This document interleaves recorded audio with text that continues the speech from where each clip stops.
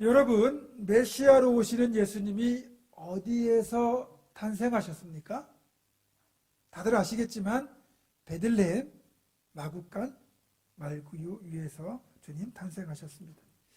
우리가 이제 생각할 때 만왕의 왕, 만유의 주로 오시는 분이라면 화려한 왕궁에서 태어나시거나 아니면 좋은 시설을 갖추고 있는 조산원에서 탄생해야 될 것 같은데, 아무리 생각해봐도 베들레헴의 마구간 왕이 오시는 장소치고는 너무나 초라하고 무척이나 누추한 것처럼 보이는 것이 사실입니다. 솔직히 요셉과 마리아인들 예수님을 이런 곳에서 낳고 싶으셨겠습니까? 예수님도 그런 곳에서 탄생하고 싶지 않으셨을 겁니다. 그런데 아무도 방을 내어주지 않으니까 어쩔 수 없이 마구간에서 지내시게 되었고 그곳에서 출산을 할 수밖에 없었겠죠. 우리가 늘 부르는 찬송, 조금 있다 보면 마지막 순서로 파송의 노래 때 부를 찬양이 그 어린 주 예수인데, 이 찬송을 부를 때는 저는 늘 이제 한편으로는 마음이 좀 찔립니다. 그 어린 주 예수 둘 자리 없어 그 귀하신 몸이 구유에 있네. 아무도 방을 내어주지 않았기에 그렇게 마구간에서 태어나셔서 구유에 누이신 건데, 만약 그때 내가 베들레헴에 살았다면 나는 예수님을 위하여 방을 내어드릴 수 있었을까 생각을 하면 그러지 못했을 것 같은 내 자신이 떠오르면서 부끄러운 생각이 들기 때문입니다. 물론 이 모든 상황을 다 우리가 내려놓고 영적인 눈으로만 바라본다면 마구간이라는 건 전혀 중요하지 않습니다. 이 마구간에 대한 평가가 완전히 달라지거든요. 왜냐하면 이곳은 우리가 눈으로 볼 때는 마구간이지만 성육신이 실현된 우주적인 사건의 현장이고, 구세주가 탄생하셨기 때문에 인류 역사상 가장 위대한 탄생이 이루어진 아주 그것도 매우 특별한 장소가 되었기 때문입니다. 여러분, 장소라는 게요, 장소가 사람을 구별하는 게 아니고 사람이 장소를 규정하는 겁니다. 그러니까 장소 자체가 중요한 게 아니고 누가 그곳에서 태어났느냐, 누가 그곳에서 있었느냐, 누가 그곳에서 어떤 일을 했느냐, 그것이 장소를 특별하게 만든다는 거죠. 주님 계신 곳이 천국이에요? 아무리 화려하고 아무리 시설이 잘 되어 있어도 주님이 안 계시면 그곳은 천국이 될 수 없습니다.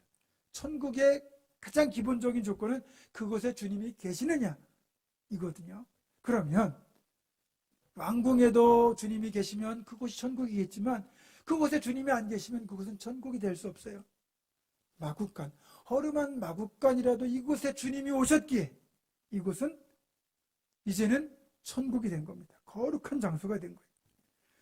아무도 거들떠보지 않던 허름한 마구간이 그곳에서 메시아이신 우리 주님이 탄생하셨기 때문에 하나님의 영광을 드러내는 영화로운 장소로 바뀌게 된 겁니다.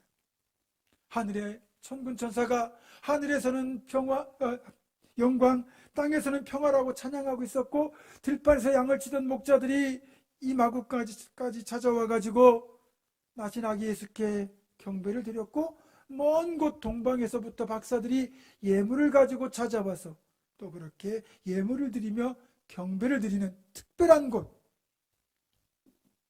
거룩한 곳이 되었습니다. 지금은 그 자리에, 그 마구간이 있던 자리에 예수 탄생 기념교회가 세워져 있으니 성지 중에 성지가 된 거죠.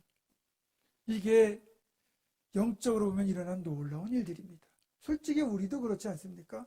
우리 자신만 놓고 보면 우리가 뭐 내놓을 게 뭐 있습니까? 별 볼 일 없죠. 정말 연약하고 부족하고 허물 많은 존재들입니다. 그런데 우리의 심령에 주님이 내주하시면, 주님이 오시면 우리는 보잘것없는 썩을 육체가 아니라 거룩한 성전이 되는 거예요. 썩어질 육신에서 주님을 모신 거룩한 성전으로 변화되는 일이 일어난 거예요. 또 세상을 살아가면서 매일 전쟁 같은 삶을 치러내잖아요. 그렇게 찢기고 상한 우리의 마음, 그런 심령 안에도 주님이 계시면 내 마음은 천국이 되는 겁니다. 또 주님이 가정에 계시면, 그 가정에 계시면 마른 떡 한 조각만 있고도 화목해 되는 천국 같은 가정이 되는 거고, 교회가 규모와 상관없이 주님을 우리의 주인으로 모시고 주님이 우리 교회에 함께 하시면 우리 교회 공동체는 천국 공동체가 되는 거예요. 바라기는 오늘 예배 가운데, 여러분의 심령 가운데, 우리의 가정 가운데, 우리 교회 공동체 가운데 주님이 임재하셔서 우리와 함께 하심으로 여러분의 심령이 천국이 되고 여러분의 가정이 천국이 되고 우리 교회가 천국 공동체가 되는 놀라운 역사가 나타나기를 주님의 이름으로 축원합니다. 저는 이제 오늘 대림절 마지막 주일을 맞이해서 설교를 준비하면서 왜 예수님께서 베들레헴에서 탄생하게 되었는지, 또 목자들이 왜 최초의 성탄의 증인 경배자가 되었는지를 한번 여러분과 살펴보려고 합니다. 일단 베들레헴에서 탄생하신 이유는 그곳이 구약의 선지자를 통하여 예언된 메시아의 탄생 장소였기 때문입니다. 미가서 5장 2절을 보면 이렇게 예언되어 있죠. 베들레헴 에브라다야, 너는 유다 족속 중에 작을지라도 이스라엘을 다스릴 자가 네게서 내게로 나올 것이라. 그의 근본은 상고에 영혼에 있느니라. 이제 이 구절을 근거로 요한복음 7장 42절에 보면 유대인들은 이렇게 해석합니다. 성경에 이르기를 그리스도는 다윗의 씨로 또 다윗이 살던 마을 베들레헴에서 나오리라 하지 아니하였느냐 하며, 미가의 예언을 근거로 유대인들은 메시아가 탄생한다면 베들레헴에서 탄생할 것이라는 사실을 알고 있었어요. 그러면서도 설마 메시아가 그런 시골 마을 촌구석에서 태어나겠어? 라는 의심의 시선을 거두지 않고 있던 것도 사실입니다. 그리고 제가 서두에도 말씀드렸지만 적어도 만왕의 왕, 만유의 주로 오는 메시아라면 왕궁 같은 데서나 아니면 예루살렘 같은 그런 대도시에서 태어나야 된다고 생각한 것도 사실이에요. 그리고 현실적으로도 보면 이제 예수님을 이제 잉태한 마리아와 이제 육신의 아버지가 될 요셉 같은 경우 그들이 살고 있던 곳이 어디냐? 베들레헴과는 거리가 한참 먼 갈릴리 인근의 나사렛이란 마을이었어요. 이들은 베들레헴이 주거지가 아니에요. 그러면 자기가 살고 있는 곳에서 아이를 낳겠죠. 그렇죠? 멀리 150km나 떨어진 베들레헴까지 가서 아이를 낳겠습니까? 누가복음 1장 26절 27절을 보면 이들이 나사렛에 살고 있다는 걸 알려주잖아요. 여섯째 달에 천사 가브리엘이 하나님의 보내심을 받아 갈릴리 나사렛이란 동네에 가서 다윗의 자손 요셉이라는 사람과 약혼한 처녀에게 이르니 그 처녀의 이름은 마리아라. 마리아도 나사렛에 살고 있었고 요셉도 나사렛에 살고 있었습니다. 가까운 마을에 살고 있던 사람들이에요. 그런 이들이 가정을 이루었고 예수님을 출산하게 된다면 당연히 나사렛에서 출산하겠죠. 그런데 베들레헴에서 메시아가 탄생할 것이라는 이 예언을 하나님이 성취하는 방법으로 어떻게 행하셨느냐? 로마 황제로 하여금 로마 속국에 있는 모든 사람들은 자신의 고향으로 가서 호적을 다시 하라고 명령을 내리는 그 방법을 사용하셨어요. 누가복음 2장 1절에서 5절을 보면 그 사실 이렇게 기록하고 있습니다. 그때 가이사 아구스도가 영을 내려 천하로 다 호적하라 하였으니 이 호적은 구레누가 수리아 총독되었을 때에 처음 한 것이라. 모든 사람이 호적하러 각각 고향으로 돌아가매 요셉도 다윗의 집 족속이므로 갈릴리 나사렛 동네에서 유대를 향하여 베들레헴이라 하는 다윗의 동네로 그 약혼한 마리아와 함께 호적하러 올라가니 마리아가 이미 잉태하였더라. 이제 로마 황제의 명령이 내려졌고 요셉은 유다 지파로서 다윗의 자손이었기 때문에 다윗의 고향인 베들레헴으로 호적을 하러 가야 됐습니다. 그때 이미 마리아는 만삭의 몸이었죠. 그 만삭의 몸인 마리아를 데리고 이제 나사렛에서 베들레헴까지 가야 되는데 나사렛에서 베들레헴까지 직선 거리는 120km, 그리고 요단강을 강변으로 해서 가는 그 주 이동 경로를 따라가서 보면 한 150km 정도, 대전에서 서울 사이의 거리 정도가 되는 먼 거리입니다. 이 먼 거리를 예언의 성취를 위하여 요셉과 마리아는 순종해서 베들레헴까지 간 거죠. 하나님께서 예언하셨고 그 예언의 성취를 위하여 로마 황제의 명령을 이용하시고 그래서 요셉과 마리아가 만삭의 몸으로 먼 거리를 이동한 것, 그것은 충분히 납득이 됩니다. 그런데 그 먼 거리를 만삭의 몸으로 힘들게 이동했다면 적어도 하나님이라면 그래도 좀 요셉과 마리아가 편하게 쉬고 그리고 좀 안전하게 출산할 수 있는 그런 곳 하나 정도는 예비해 두어야 되지 않나, 이런 생각이 들잖아요. 그런데 요셉과 마리아뿐만 아니라 다윗의 자손이 많잖아요. 그러다 보니까 베들레헴으로 호적하러 온 사람들 때문에 이미 여관은 다 찼고 민박조차도 구할 수 없는 상황이었습니다. 그 시골 마을에 뭐 외지인들을 얼마나 수용할 수 있겠어요. 그나마 여관 주인의 배려로 허름한 마국간에 숙소를 잡을 수 있었고 그날 밤 마리아는 출산을 하게 된 거죠. 그래서 마국간에서 예수님이 태어나셨고 아기를 따로 뉘울 곳이 없으니까 강보에 아기를 싸서 말 먹이통 쓰이던 구유에 아기 예수를 누운 겁니다. 그렇게 보면 메시아가 탄생한 밤치고는 이 베들레헴이 너무나 초라하고 그리고 너무나 누추한 곳에 계신 거죠. 그리고 지극히 평범한 밤일 수도 있었는데 우리가 본문에 읽은 것처럼 천사들이 나타나서 하늘에는 영광 땅에는 평화로다라고 찬송하면서 그 기쁜 소식을 또 목자들에게 전해주고 목자들이 그 소식을 듣고 한 걸음에 달려가서 나신 아기 예수께 경배를 드리고 저 멀리 동방에서부터 페르시아에서부터 박사들이 예물을 가지고 이곳까지 찾아와서 그렇게 아기 예수께 경배를 드림으로써 성탄의 풍경을 바꾸어 놓았습니다.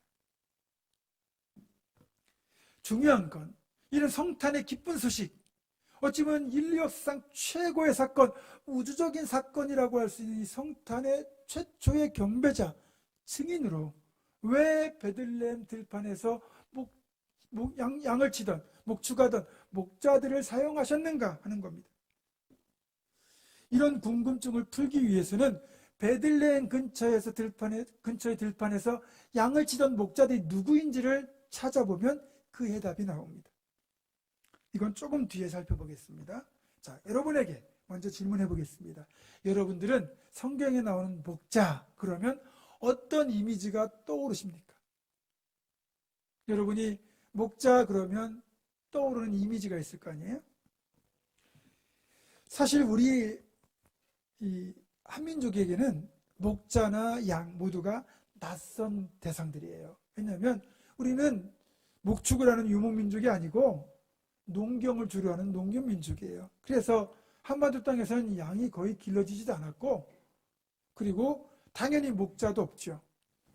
그럼에도 불구하고 우리는 목자에 대한 굉장히 좋은 이미지를 갖고 있어요. 신앙인들은 다 그렇죠. 왜 그렇습니까? 시편 두 가지 이유가 있는데 하나는 시편 23편을 보면 다윗이 이렇게 노래하잖아요. 여호와는 나의 목자시니 내가 부족함이 없으리다. 그러면서 이 시편 23편에 나타난 목자의 이미지가 너무 좋은 거예요. 그리고 신약에서도 예수님 자신이 자신을 가리켜서 나는 선한 목자다 이렇게 말씀하시잖아요. 예수님이 선한 목자라니까 목자 얼마나 좋겠어요. 게다가 그런 예수님의 모습을 상상하면서 그린 성화 있잖아요. 어린 양을 품에 안고 계신 목자 예수님. 그 그림을 우리가 많이 보았기 때문에 우리는 목자 그러면 굉장히 친숙하고 친밀하고 따뜻한 이미지를 갖고 있습니다. 그러나 실제로 이스라엘 사회에서 차지하는 이 목자들의 사회적 지위나 위치는 우리가 생각하는 것만큼 좋지 않습니다. 오히려 열악한 편에 속합니다. 어디에서나 그렇듯 그 사회의 주력 계층은 수도, 그렇죠? 서울 같은 그런 수도의 대도시에 살고 있는 사람들이 그 시대의 주력 계층이에요. 당시 같으면 예루살렘에 사는 사람들이 주력 계층이겠죠. 그런데 목자들은 어디에 삽니까? 사람이 별로 거주하지 않는 황량한 들판에서 양떼를 돌보며 살기 때문에 이 주류 사회에는 거리가 더 멀고 실제로 사회적 신분조차도 그렇게 좋지 않았습니다. 미천한 편에 속했어요. 다윗 자신도 자신을 미천한 양치기라고 생각하고 있었거든요. 사무엘상 18장 23절에 보면 이렇게 되어 있습니다. 사울의 신하들이 이 말을 다윗의 귀에 전하매 다윗이 이르되 왕의 사이 되는 것을 너희는 작은 일로 보느냐? 나는 가난하고 천한 사람이라.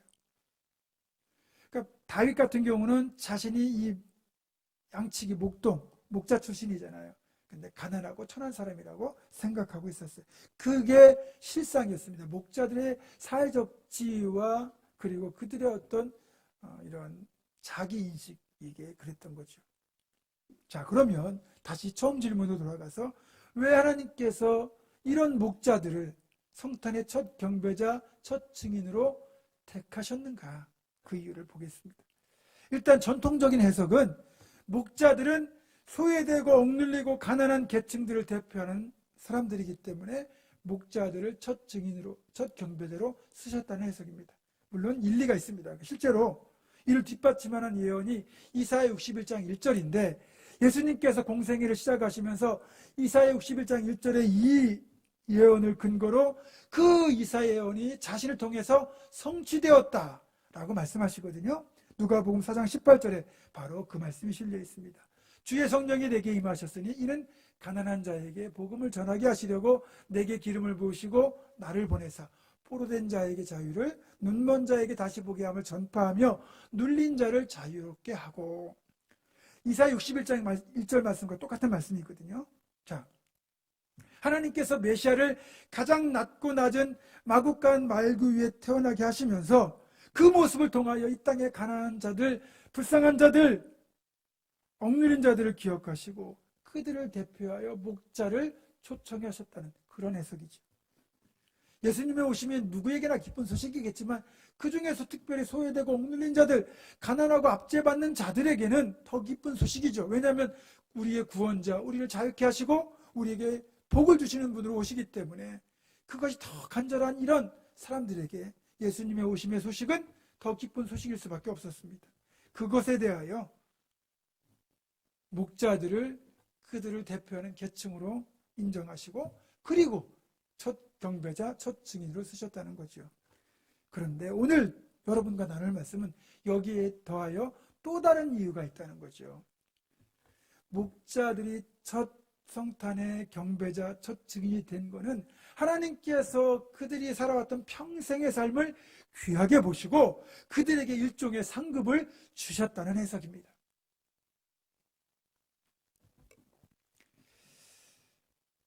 이 영광스러운 자리, 만왕의 왕이시고 만유의 주가 되시는 메시아가 탄생하는 이 영광의 자리에 특별히 목자들을 택하여 그들을 첫 경배자 증인으로 삼아주심으로 그들에게 상급을 주신 거죠. 이걸 이제 어떻게 이제 우리가 적용해 보면 아니냐면 반지의 제왕이라고 하는 영화를 여러분들 보셨을 텐데 그 영화 3부작으로 되어 있습니다. 그 마지막 3편에서 아라곤이라고 하는 이제 영화의 주인공이 이제 곤도르라는 나라의 왕국의 왕으로 이제 즉위하게 됩니다. 그걸 대관식이라고 그러잖아요. 이 대관식을 행할 때 키가 작은 이제 그 영화 속의 종족인 4명의 호빗을 초청합니다. 그 이유는 딴 게 아니에요. 아라곤이 곤도르 왕국의 왕으로 즉위하는데 지대한 공을 이 4명의 호빗이 세웠기 때문입니다.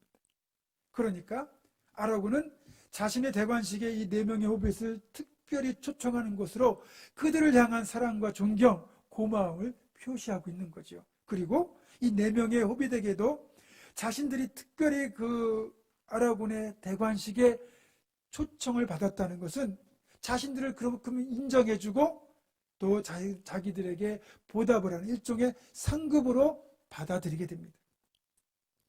목자들의 경우가 바로 이렇다는 거죠. 자, 이런 추측을 하게 되는 이유는 뭐냐면 이들이 살고 있던 그 베들레헴 들판 그리고 목자로 살고 있는 이유를 보면 됩니다. 베들레헴은 예루살렘에서 가까워요. 8km 정도 떨어져 있습니다. 그러면 예루살렘과 이 베들레헴 사이에 양을 칠 수 있는 들판이 있는데 이 지역이 현재 지명으로는 엔케렘 그리고 구약의 지명으로는 베닥게렘입니다. 베닥게렘은 포도원 집이란 뜻인데 예수님이 탄생하셨을 때 들판에서 양을 치던 목자들이 있던 그 베들레헴 들판이 바로 베닥게렘이에요. 그럼 베닥게렘이 어떤 곳인지를 또 알아야 되겠죠. 베닷게렘은 느헤미야서에 나옵니다. 느헤미야 3장 14절을 보면 분문은 그 이제 똥분자를 써요. 그래서 예루살렘 성에서 발생하는 모든 오물을 성 밖으로 내어갈 때 사용하는 문이 분문이에요. 그 분문은 베닷게렘 지방을 다스리는 레갑의 아들 말기야가 중수하여 문을 세우며 문짝을 달고 자물쇠와 빗장을 갖추었고, 이렇게 되어 있습니다. 그러니까 여러 문 중에서 이 분문에 해당되는 부분을 베닷게렘 지방을 다스리는 레갑의 아들 말기야가 중수했다고 되어 있는데, 여기서 여러분이 눈여겨봐야 될 두 단어가 베닷게렘과 레갑입니다. 여러분이 이제 예레미야서를 쭉 읽어가다 보면 35장 그 한 장 전체에 걸쳐 가지고 소개되고 있는 레갑 족속의 이야기를 발견할 수 있습니다. 레갑 족속은 유대인이 아니에요. 본래 이스라엘 족속이 아니고 모세의 장인인 이드로의 후손들이 출애굽 당시에 같이 가나안 땅으로 들어와서 이제 번성한 종족인데, 그 중에서 이제 겐종족들은 어떤 삶을 살았느냐? 이들은 농경도 하지 않고요, 농사도 안 짓고요, 그리고 집도 짓지 않고요, 천막에서 목축하는 삶만 살았습니다. 포도주 같은 것도 안 마셨고요, 그리고 가나안의 음란한 그런 풍습에 전혀 가담하지도 않았습니다. 그렇게 자신들을 구별해 살았던 이유는 뭐냐면, 집을 짓고 정착해 살다 보면 분명히 우리는 타락한다. 신앙과 경건을 지키기 위하여 그렇게 살고자 애를 썼던 건데, 그 중에서도 가장 이런 겐종족의 전통을 잘 물려받고 지켰던 사람들이 레갑 족속이었습니다. 이 레갑의 이제 조상이라고 할 수 있는 요나답이라는 인물이 있는데, 구약에는 여호나답이라고도 되어 있습니다. 이 요나답이라는 사람이 이제 유언을 통해 가지고 자기 후손들만큼, 자기 자손들 후손들만큼은 절대로 이 겐종족의 전통을 지키되, 포도원도 만들지 말고, 포도나무에서 난 것 어떤 것도 먹지도 말고, 집도 짓지 말고, 농사도 짓지 말고, 목축하면서 천막에 생활하면서 신앙의 경건을 지켜라. 그걸 유언으로 남겼습니다. 그거를 정말 생명처럼, 율법처럼 지켰어요. 그리고 그 당시 하나님의 말씀을 무시하고 율법을 지키지 않고 죄악의 길로 행하는 이스라엘 백성들에게 교훈으로 삼기 위하여 하나님이 에레미야를 통하여 레갑 족속의 이야기를 35장에 실은 거거든요. 거기서 에레미야가 선지자의 권위로 술을 마시라고 그렇게 지시하지만, 레갑의 자손들은 조상들의 명령을 지키겠다고 술 마시는 걸 거부합니다. 그 모습을 보시고 하나님이 이스라엘 백성들에게 레갑 족속을 본받으라고 그렇게 말씀하시면서, 그들이 전쟁 가운데서도 구원받을 것과 하나님을 섬길 자들이 그들에게서 끊어지지 않을 것이라는 축복을 약속하세요. 이 요나답의 후손들, 그렇게 거룩과 경건을 지키며 살던 이 사람들이 바벨론과의 전쟁을 피해서 살던 곳을 떠나 정착한 곳이 바로 베들레헴 들판, 베닷게렘인 거죠. 그리고 여기서 이 신앙을 지키는 사람들이 목자로 살면서 수백 년을 약속하신 메시아를 기다리면서 경건하게 살았습니다. 그러니까 그런 그들의 삶을 하나님이 귀히 보셨다가 베들레헴에서 탄생하시는 예수님의 그 탄생의 첫 경배자 증인으로 이들을 삼아주셨고, 제가 말씀드린 것처럼 왕의 대관식에 초청받는 것처럼 이들이 그렇게 그 자리에 제일 먼저 하나님께서 보내주심으로 이들에게 보상을 주신 거죠. 그리고 이들은 그런 신앙을 지키면서 느헤미야 시대의 성벽을 중수하고 재건하는 일에 동참할 만큼 세속의 자기들을 구별하지만 하나님을 위한 일에는 기꺼이 동참하던 그런 사람들이에요. 그들이 바로 베들레헴 근처의 들판 베닷게렘에서 양을 치던 목자들, 레갑의 자손들이었던 겁니다. 하나님은 이들의 삶을 너무너무 귀히 보셨어요. 그래서 이들을 귀히 보시고 은혜를 주셨는데, 그것이 이렇게 바벨론과의 전쟁에서 이 족속이 멸망당하지 않았고, 그리고 이들 가문과 레위 제사장 가문과 결혼을 하게 되면서 이 가문에서 제사장들이 많이 배출되므로 하나님 앞에 섬길 자가 끊어지지 않을 것이라는 축복도 그대로 실현이 되었고, 무엇보다 예수님 오시는 첫 증인, 첫 경배자로 쓰임받는 축복을 받게 된 겁니다. 물론 시간이 좀 더 흐르긴 했지만 예루살렘 성전에서 아기 예수를 만나 뵈었던 시므온과 안나 같은 사람들, 그리고 지금도 동일하게 그렇게 주님 나라를 기다리고 주님 오심을 사모하는 모든 이들이 어찌 보면 일종의 베닷게렘의 목자들 같은 사람들인 거죠. 이런 사람들은 하나님 보시기에 다 귀한 사람들입니다. 사랑하는 성도 여러분, 하나님은 베들레헴 들판 베닷게렘에서 그렇게 하나님 나라를 사모하며 또 오실 메시아를 경건한 모습으로 기다리던 레갑의 자손들처럼 지금도 하나님의 나라를 이렇게 추구하는 사람들, 예수님의 다시 오심을 간절하게 기다리는 믿음의 사람들, 경건한 사람들을 결코 외면하지 않으시고 하나님이 하나님의 방법으로 반드시 그 보답을 주신다는 겁니다. 코로나 때문에 신앙생활에 제약이 많은 시대 아닙니까?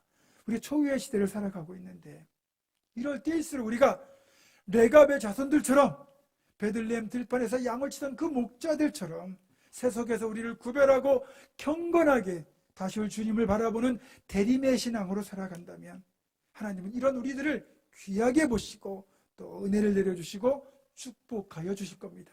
사랑하는 여러분, 각자의 자리에서 더욱더 자신을 구별하시고 그렇게 믿음과 경건을 지켜내시기를 주님의 이름으로 축원합니다. 기도하겠습니다.